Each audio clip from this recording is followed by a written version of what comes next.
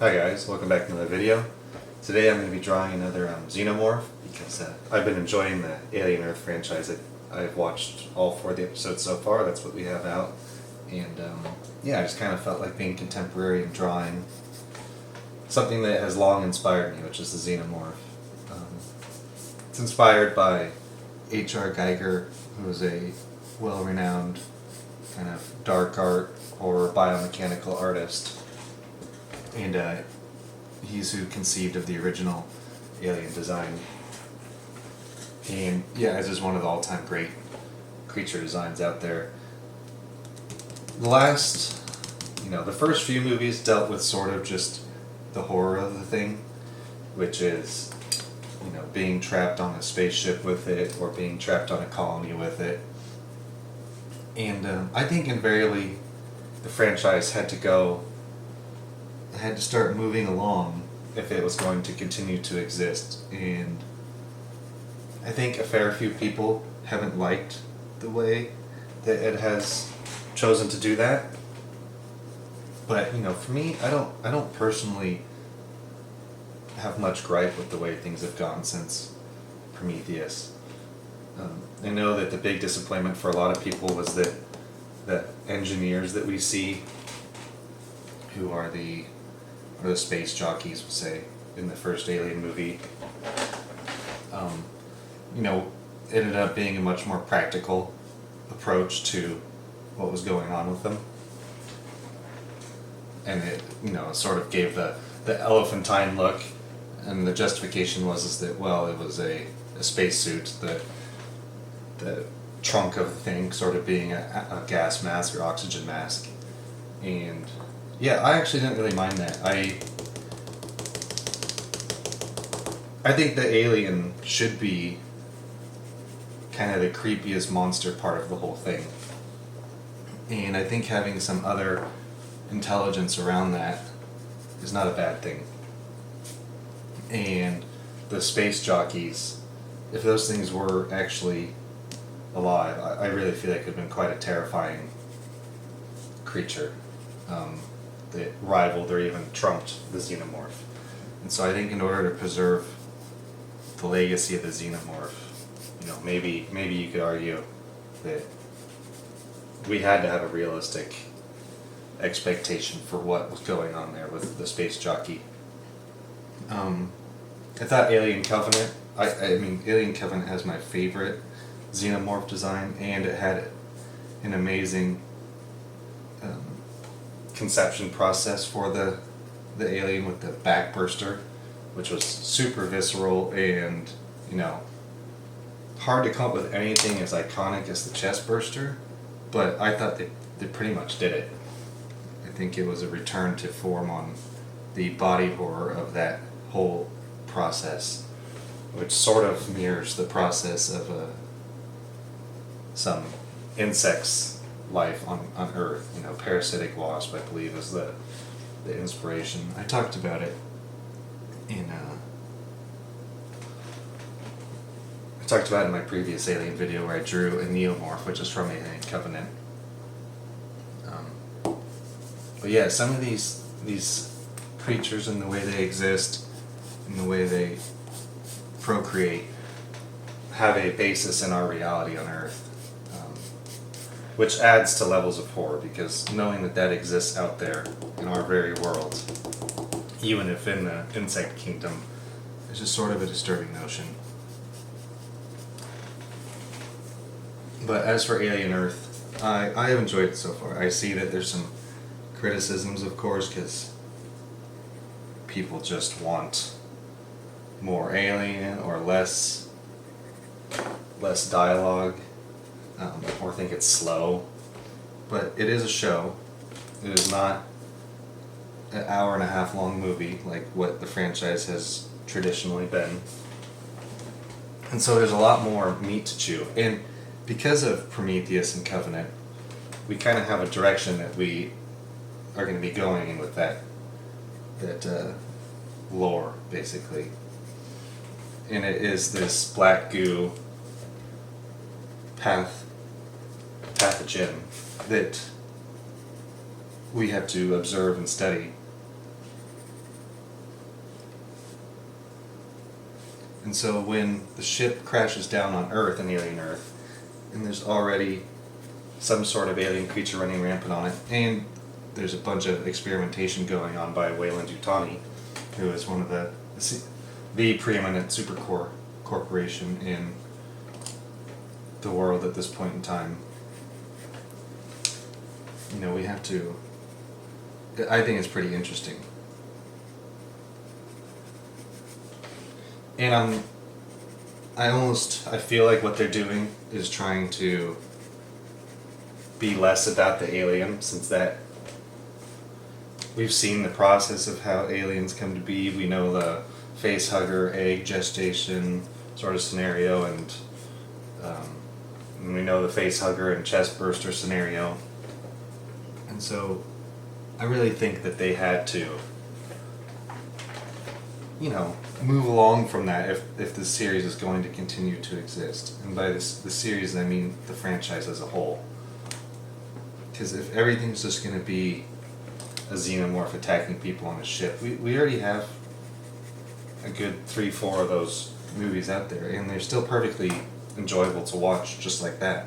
I mean, the original Alien still looks great to this day. The retro, lo-fi tech is super cool, and that world deserves to be explored more in ways in which people just exist in it. And so overall, I like the direction Alien Earth is going. I also like slow burns myself. I don't necessarily need a bunch of action to be invested in what's going on, and I like the experimentation route that is happening in the show. I mean, there's some really cool concepts forming with the experimentation, and yeah, I just dig it. I think the science part of it is the coolest part right now.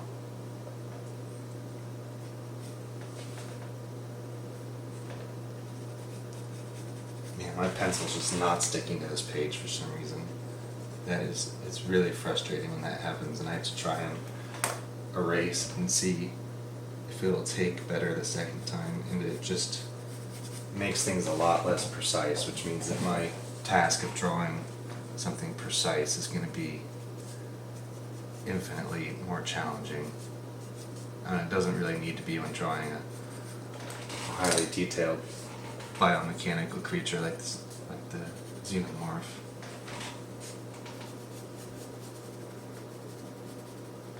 And you know, I've been having that problem all summer when I draw, of just having a really tough time getting the pencil to take, because I invariably, when I'm sketching out, my skin is just a little moist or oily or something from the humidity and heat, and kind of makes this process, I mean, it certainly makes it less enjoyable. I have been struggling a lot with it. Let's see. So my quirky take on it is just, so usually there's a lot of the times in the xenomorph, it kind of has a translucent shell on its head generally, and beneath that is a human skull, because it generates much of its DNA, since it's a parasite or whatever, from the human origin. So there's usually a human skull which is rotated traditionally, like forehead right here, and maybe kind of eye sockets that are vaguely visible through the translucent husk that is on top of the alien's head. And I thought I would just almost make a slightly humanoid face, and try and lightly shade it and make it feel translucent. I don't really know how I'm going to accomplish that. You know, it's sort of like, how does a person carving marble make fabric look soft? But there's some magic in that is really hard to identify.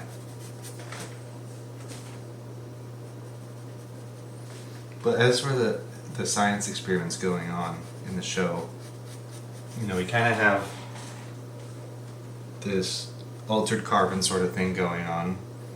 If you know what Altered Carbon is, the Netflix show and the book. And if you don't, it's basically that we can transport our consciousness into a synthetic being. And in the show, it's these kids who were end of life scenario, some sort of illnesses, and they get transplanted into bodies that are adult, but and also super capable since they're mechanical. And there's no adults that are this yet, because I think the justification in the show is basically that the adult mind is just not pliable enough to handle that change. And so it does sort of create this, I mean, it's got to be a tough gig to act, but there's these kids basically who are in adult bodies, and so the actors are adult, and a lot of the dialogue is very kid-like because they're 10, 11, 12 years old, dealing with these scenarios that they are being put in because their bodies are really capable while their minds are not. So it creates a little cheesiness there, no doubt.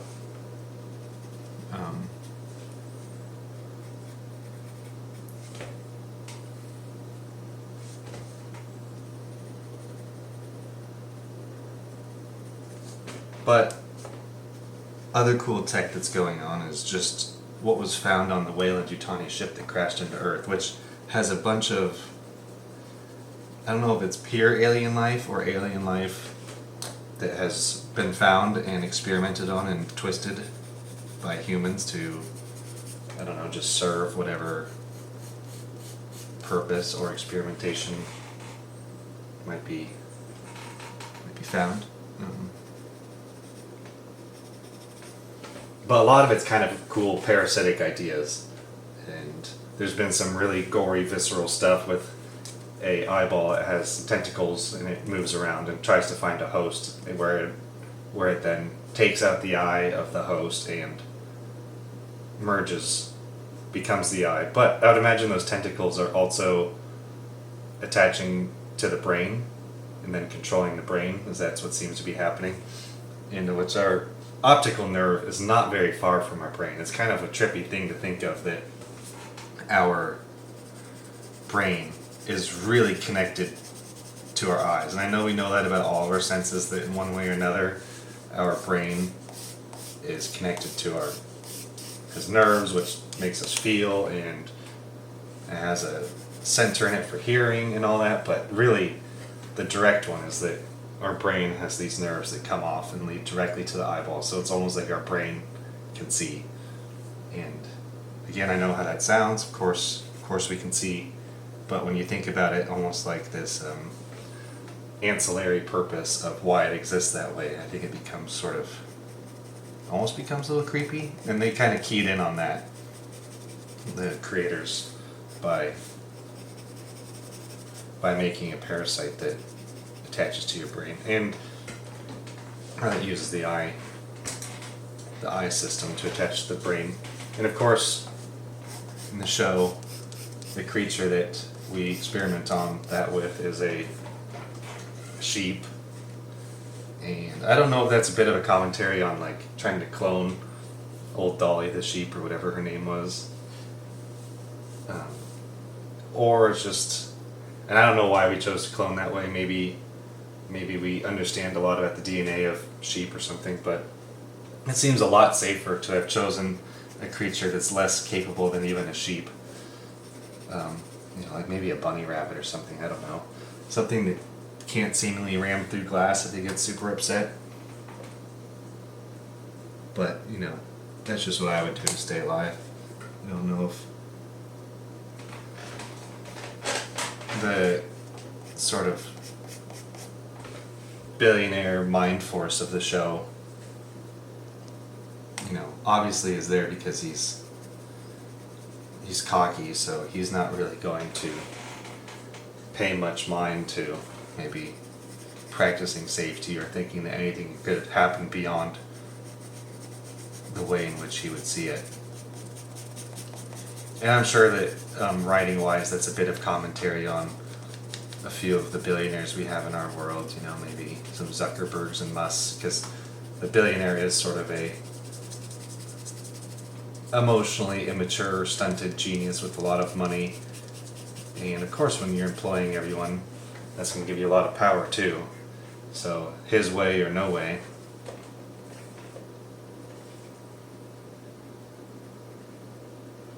And we see that throughout the show so far, that he's not really going to take no for an answer, even from the people who know more about their aspect of the job than he does.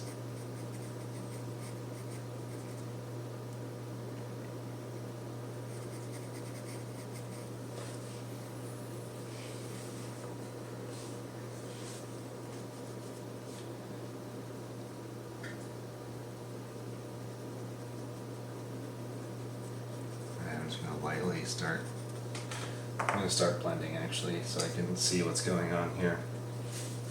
Again, the page just honestly feels really terrible to try and draw on. Been struggling a lot in the month of August with drawing because, again, the environment is just not very conducive for it. I'd be better off painting. Painting, I would like watercoloring. I wouldn't have to worry about whether or not it's going to stick or all that. But I'm not a super proficient or confident enough watercolorer yet to film it and pretend that I'm going to get some sort of result that is at least worthwhile. I sort of just wing it and hope for the best at this stage when I'm watercoloring. The key to making it translucent is going to be having these like high contrast areas.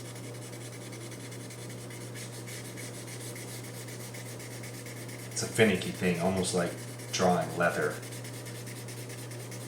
It either works or it doesn't.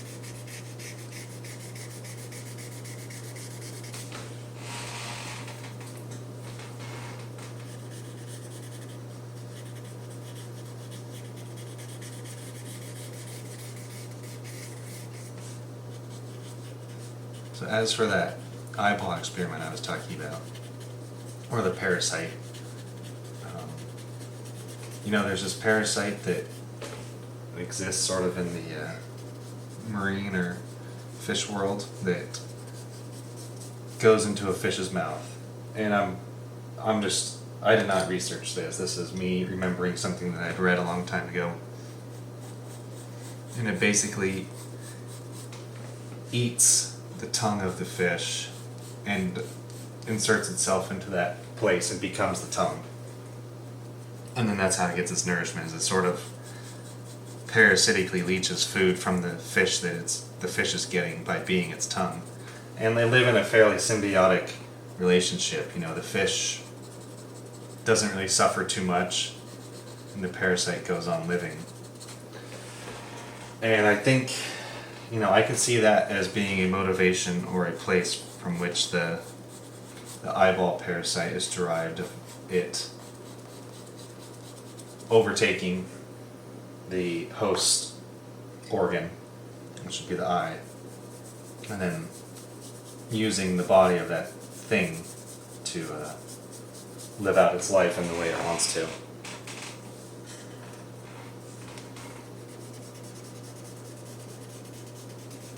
Again, a lot of concept artists or designers, whatnot, they get most of their ideas, or a lot of their ideas, the good ones, probably have a real world parallel that, they found by reading a science book of some variety, or maybe watching some Nat Geo, you never know. But our world has plenty of inspiration. And I think it serves as a better foundation of horror when we have this tangible relationship to it. Having things, even the xenomorph, be just pure alien isn't necessarily going to be as effective as knowing that this process kind of exists and what that might look like.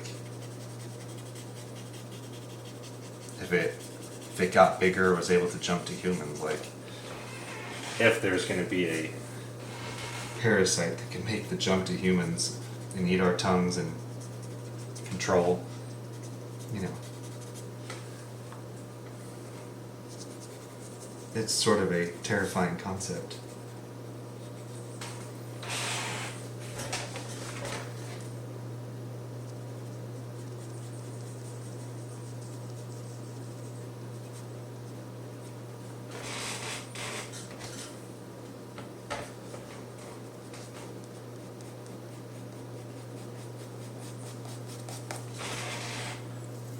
Let's see.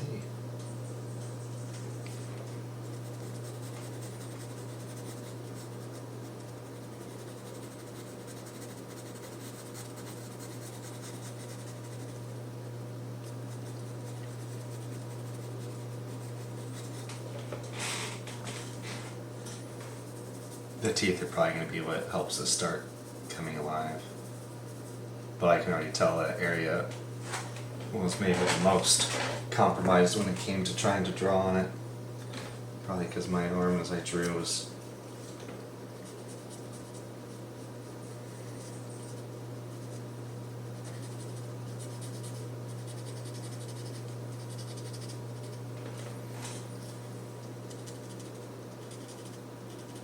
my last drawing of the Neomorph, that actually came out pretty good. At first I was hating it, of course, which is sort of a rite of passage when you're on a drawing journey, is much of it you just think there's no way this is going to work out.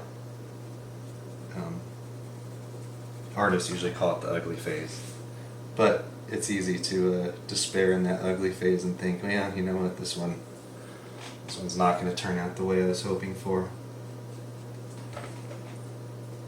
Yeah, and like I said, during August, I have been despairing an awful lot, because I have just had a hard time getting the pencil to take. It's hard when you can't throw down just a clean, sharp line. It just won't do it.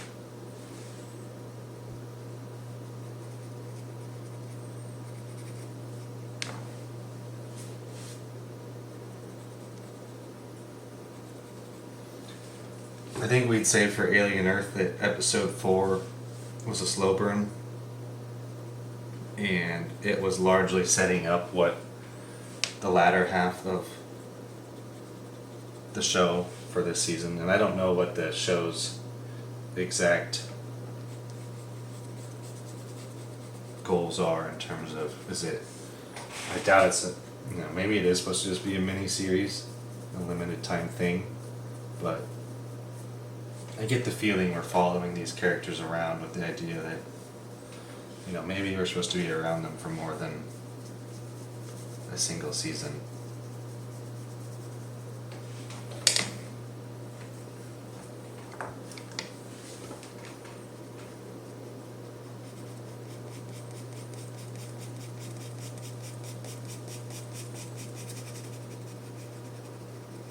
Make that hair kind of brighter.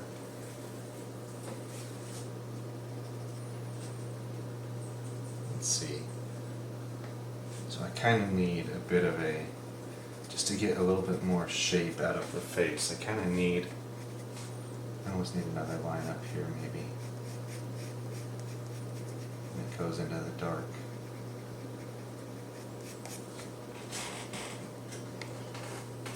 I don't have a reference for this face, which is not a good idea.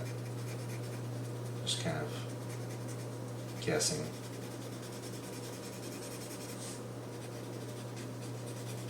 There's been another thing I've noticed on where I'm at in drawing is that I am trying to use less and less references as I draw, and overall my quality has certainly taken a bit of a hit for it. It's not a huge deal. I think it's just part of the journey of where one goes when they're trying to up their drawing level. Like, my ability to, if I had a portrait in front of me, to draw it and maybe not to likeness, but in terms of making it look like a face, would be pretty high. But my putting a face together or a creature together and coming up with a consistent logic for how to shade it, light sources, what shapes would form, you know, I'm tasked with focusing a lot more when I don't have a reference, and I have to try and create and think of how light would bounce off of that.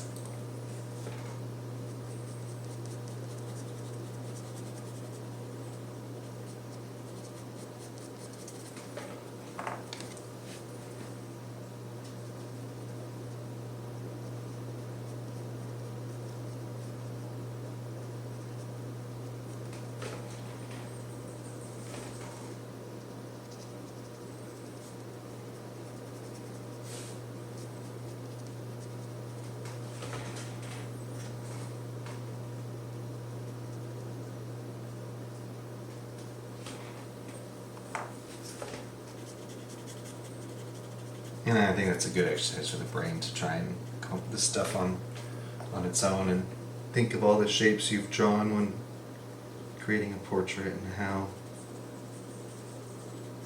how you might start applying those shapes to a drawing.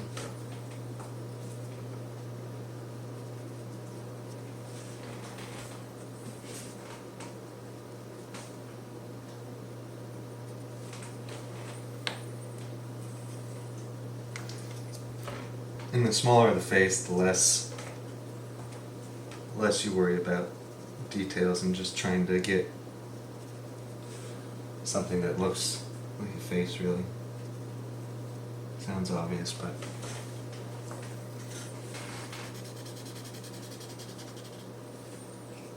I think a lot of times we still get caught up on that when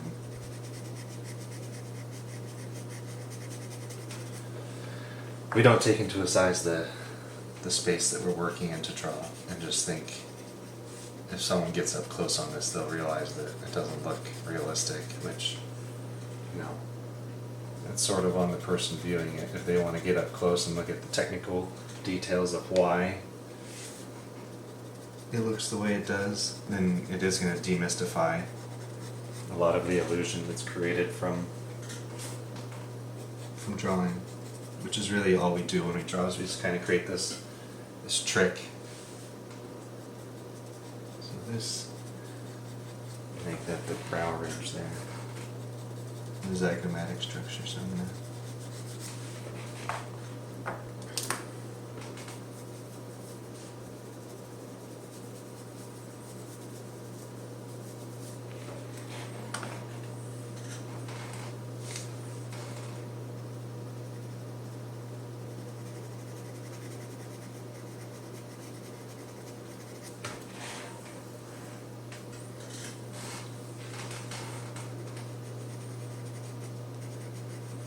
when you do get up close on it, it does lose the mystery of it, and you're just focused on seeing the pencil marks or whatever.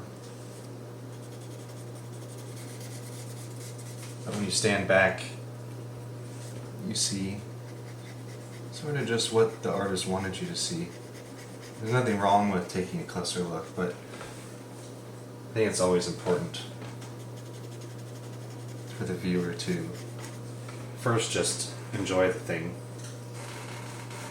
and then if they want to get into the techniques, you know, it's like when you listen to like a behind the scenes on how a movie's made or something, and you start realizing all the green screen and trickery and all that, and it can have a bit of a impact on how we view the next movie. Like, oh, I have an idea of how that's done. I know it's not real, and now I have to try and suspend disbelief. I think drawing can be that way a little bit too, or art.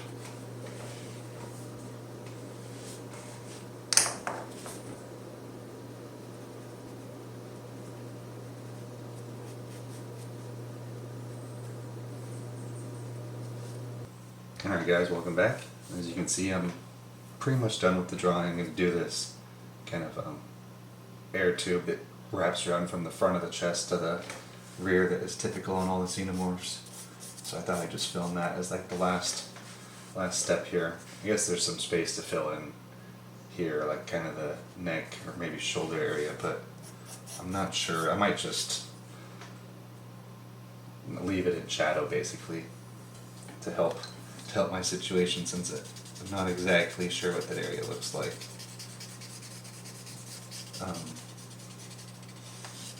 Trying to just create lots of contrasty areas to show how shiny and slimy the skin would be.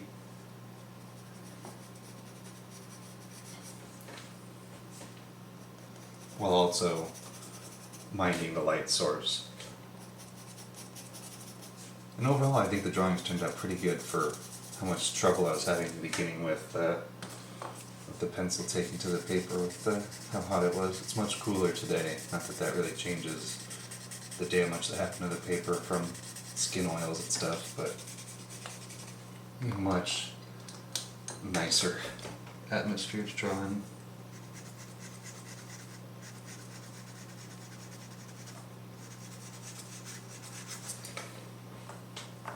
Try and blast through this pretty fast since we're at the end of the video.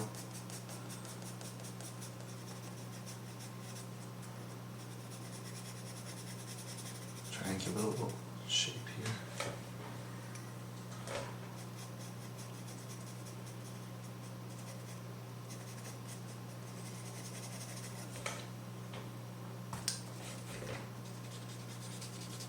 I'm not sure how my next drawing will be. Kind of think it'll be Mr. X from Resident Evil.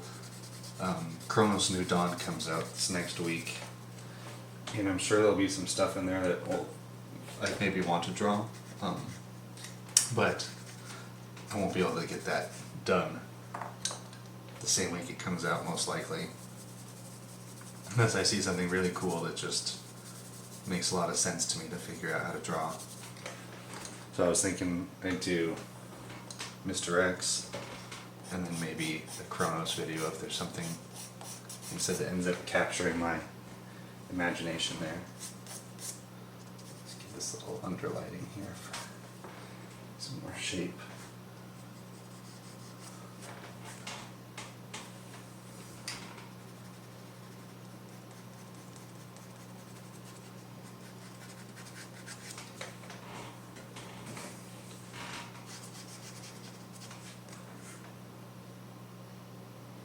Just don't know what I'd do for his neck here. I mean,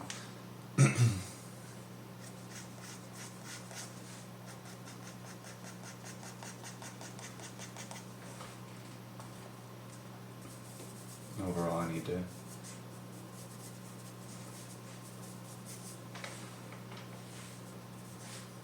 start knocking down stuff so I can create some of the visuals I want. Like I want this tube to sort of be more prominent than a lot of the other stuff here in the neck.